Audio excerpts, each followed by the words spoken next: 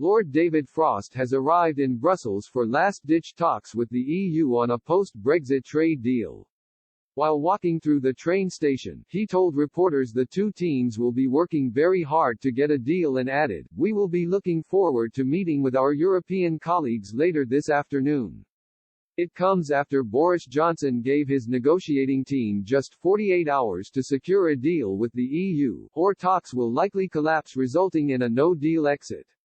Yesterday Mr. Johnson spoke with European Commission President Ursula von der Leyen, but the two leaders failed to break the deadlocked talks.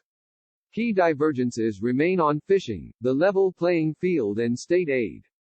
The Prime Minister has. Lord Frost, the UK's chief Brexit negotiator, will hold 48 hours of intensive talks with his EU counterpart Michel Barnier.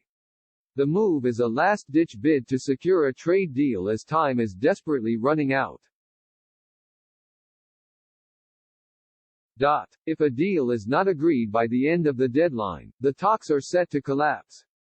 A UK source close to the negotiations said, "This is the final throw of the dice.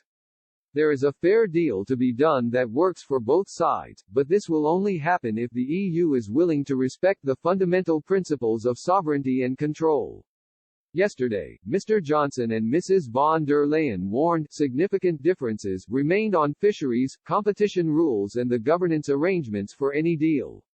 They said, both sides underlined that no agreement is feasible if these issues are not resolved. Whilst recognizing the seriousness of these differences, we agreed that a further effort should be undertaken by our negotiating teams to assess whether they can be resolved.